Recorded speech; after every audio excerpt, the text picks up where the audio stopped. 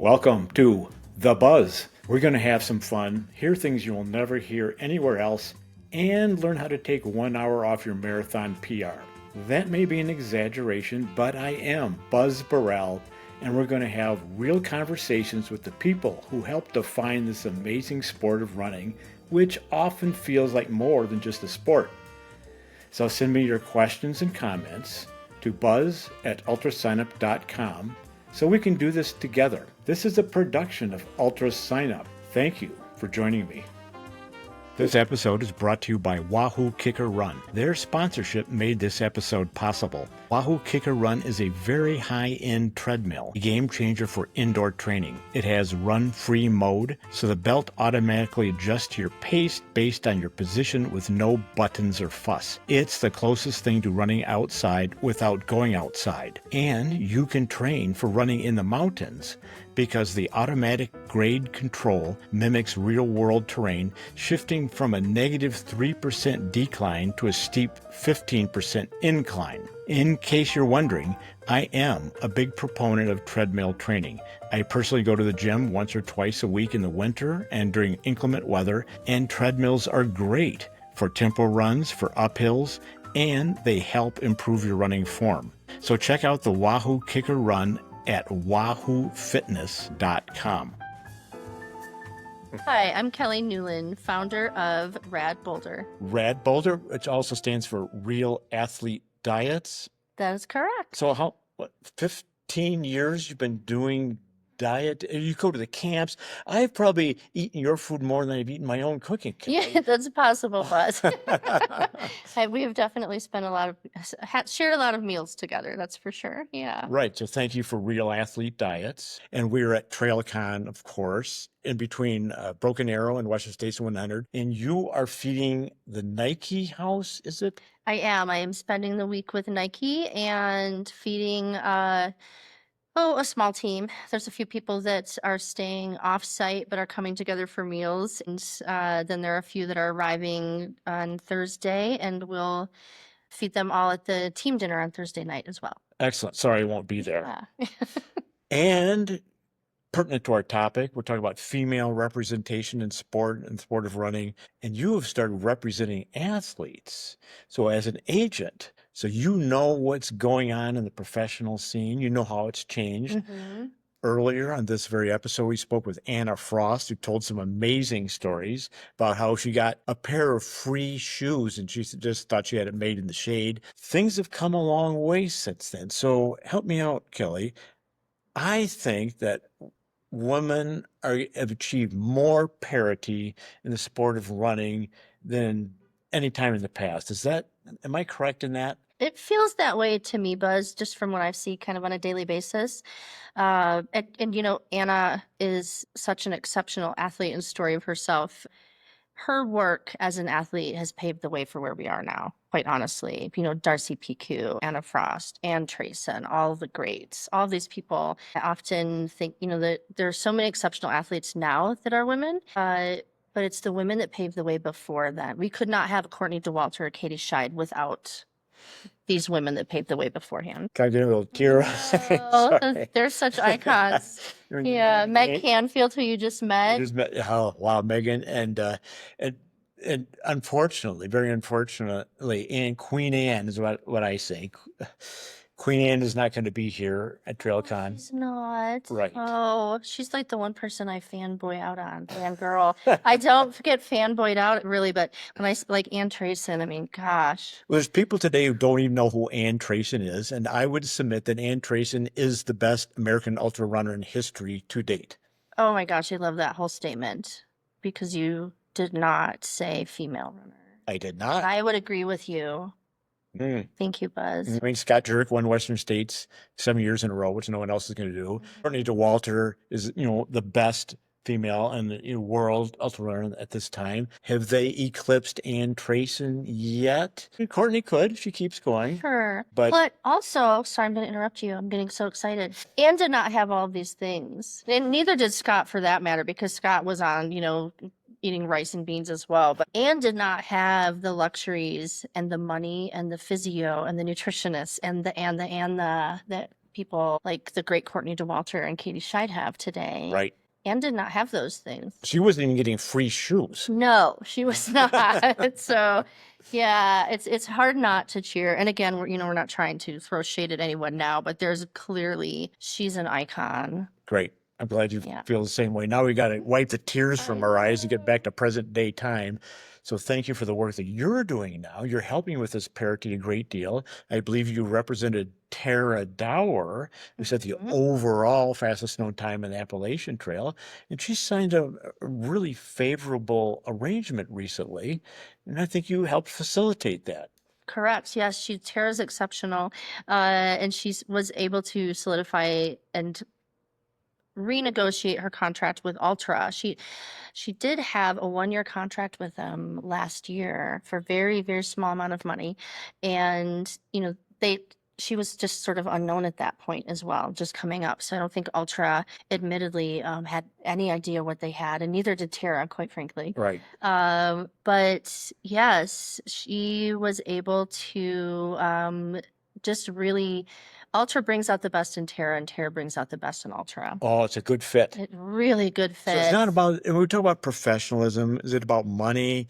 It's no longer just about free shoes. You have to identify with the brand, but a little bit about the culture. Is that what you're saying? It is. I say this, I was just on a panel at TrailCon, and I think probably half a dozen times I literally said, it's not just about the money. That's literally the smallest part, because then the rest of it is such an individualized way to get creative within that contract. We were asked Alter just straight up, like, what do you guys have for your plans for your marketing campaign for this next year, or even 2 years, if you have like a story kind of going, and from all your years in your work, Buzz, that story is where it's all at. So Ultra was like, this is what we've got, these are the products we have coming out, and we also really want to shine on the history of women in the sport. And they said that. They did. And I think I mentioned earlier, almost the entire Ultra marketing team for trail running is women, and their athlete manager, Colby Gold, obviously not a woman, but the rest of them are women, and they're fantastic. I've worked with Ultra for years, and this is, they've had great teams in the past, but this is the far superior team. And they met Tara in such a unique way. They're so great to work with. Nice. Glad to hear that. Yeah. They're down there in Denver now. They are. Migrated from Utah because they're now part of the big TNF family, North Face family. VF, yes. Yeah. They're brothers and sisters, TNF and Ultra, yeah. And you represented Riley Brady. Riley was on the podcast a few episodes ago. Riley, I learned so much from Riley. That was really a delight. Riley is fantastic and just compassionate to kind of teaching us all. I think Riley's one of those old souls. Yeah, they're so great. I love working with Riley. Shay Aquilano is another athlete that I work with, a female athlete, and Riley and Shay both signed with Nike this year. And they each have very unique and different contracts, even under the same brand. But again, I feel like it's really important to mention none of that would be possible without the women who went through the really hard stuff years before these ladies. Right. People just really threw down and stood up and stood out and stood strong. And so now we have a degree of parity, roughly. It's gone much better, but not so much in Europe. It's sort of interesting. The Euros, you look at the demographics, and the female participation changes a little bit depending on your race distance. Like 5Ks, I think there's more female than male. It tapers down a little bit going to the ultras. But in Europe, you're in the 15% category sometimes. Absolutely. I'm fortunate to have this past year worked with several Europeans, men and women. I will very clearly state that in the U.S., like Americans, you don't know how good you have it. Okay. There's a big difference, excuse me. But that said, with repeated conversations and effort and trying to just work with teams and get to know each other and explain why, when I come to the table of like, this is why I'm asking for this much money, but this is why, this is what we want to do with it, or why the athlete would like this particular amount. And explaining that to the European teams has been really helpful. Otherwise, it's just like, I just want to raise. Why do you want to raise? Just because I'm worth more. Why are you worth more? So coming to the table with why that and how that athlete can They deliver. can hear that. Yes, and I applaud that. I don't want to just give someone money for no reason either. I want to know where it's going, or why this, whatever costs more than this one. Why does this pair of running shoes cost $300? I want to know why it costs $300. So having those conversations instead of just turning the tables over if we can't agree, I think is really important. And that's honestly one of the biggest ways that we can help and have been able to move things forward for women. Excellent. Thank you for putting that forward. People want to know the why, justify it, because we shouldn't downsell this. They're selling shoes. They're in business to sell shoes. And if they don't sell shoes, then the athletes don't get paid anything. Absolutely. So it should be a win-win-win for everybody. It's not us versus them. That'd be a very poor way to look at anything. So what can you do for them also? Absolutely. European brands, of course, Salomon's a big one. Adidas is considered a European brand, I think. German. Stateside, of course, Hoka is huge here, and a few others. And On, it's actually European as well. So what, for our listeners, do you think there's good players that we should support on that basis, and maybe poor players that we should kind of direct our dollars in a different direction? Like specific kind of like, is this brand a heart? Yeah. I don't know. Honestly, right now, I'm seeing so many great leaders at the helm of each brand. Nice. Which is so nice to hear, right? It is. If there's a brand that I am like, hey, I keep hearing some odd things about this, I make an appointment and see if I can schedule a call and set up some time to chat about like, hey, this is what I'm hearing. I just want to touch base with you on this. I'm fortunate that I have partnerships and friendships on both sides of the athlete and the brand. And instead of just listening, it took me for 54 years to get here, but instead of just listening to rumors and being like, that's not good, if I reach out. continue to hear things, I'm like, I would want someone to tell me, right? So I reach out and then I chat with them about this. And actually, this just happened last week with a smaller brand. And it was really, it was a good conversation, but hard and not the first, right? So it's kind of like, hey, we're going to check in on this. Or, oh gosh, yeah, we've had a really hard time with this. Just seeing like, well, what's going on? What can you talk to me about it? Because I don't want to send someone to a brand if things are upside down. Right. Or if I have someone in there, what if you're with me, I'm representing you and you're with the brand? I want to know, like, is Buzz okay here? Good perspective, because it goes across the sport. For example, you're representing some athletes, some entirely elite athletes, but as consumers, many of us might feel the same way. There's a lot of good shoes out there. I mean, it's not like someone's invented the magic bullet and no one else has figured it out. Yeah. You have preferences, different fits, different styles, and so forth. So there is a little bit of a digression in terms of who's doing good work, who's supporting the environment, who's supporting inclusivity, whatever your issues might be. Oh, I love that. Often I hear athletes are like, it's not just about racing. Now I need to do social media and be involved in the environment and this and this and this. But what you said is so true. I also want to know what the brand's involved in. Right. It's not just about the shoe. Right. That's so good. I think so. Yeah. Clearly you and I could talk a long time. Yeah, it's so smart. But well, it's important nowadays. The world is changing very, very fast. I think we want it to change for the better. And we vote with our dollar. Absolutely. You go to the voting poll, you go to vote for political people, but really you vote with your dollar, and where your dollar goes decides what happens. What about the different events that I'm sorry, Kelly, someone coming up now. Someone says, like Riley said when she was 14 years old, when they said they were 14 years old, they wanted to become an ultra runner. It's like, wow. That's a big goal for a 14-year-old kid. Yeah. But someone, a young person, what would you tell them? You say, don't do it, stay in college, or this is a great way to make a living, or what do you think? I would tell them to go to, what is your plan outside of that? Like, say for Riley went to college, keep running and see. Keep See where running. you're at. Keep running and see. 14 is too early to do. Like that's an exceptional dream, right? I mean, how many of us grew up watching those Nike commercials and being like, "Oh man, I'm in it." Those Nike commercials are really good. They're so good. Yeah.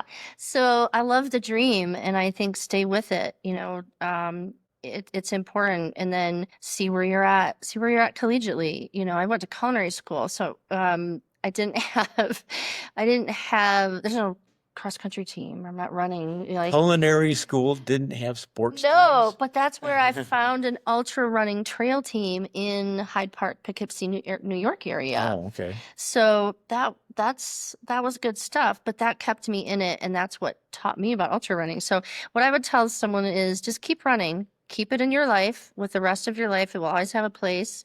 Do the rest of what you need to do. When you get to your late teens where it's time for you to go to college if you want, or do whatever, trade school, and somewhere around 18 and 19, ask yourself a question again. One question I always ask Buzz when I have this intake form is, why do you want to be sponsored? Why do you want to be sponsored? That's actually sounds simple, but it's a very interesting question. Some people want a little bit of recognition, but some people want support. Some people want to be part of something.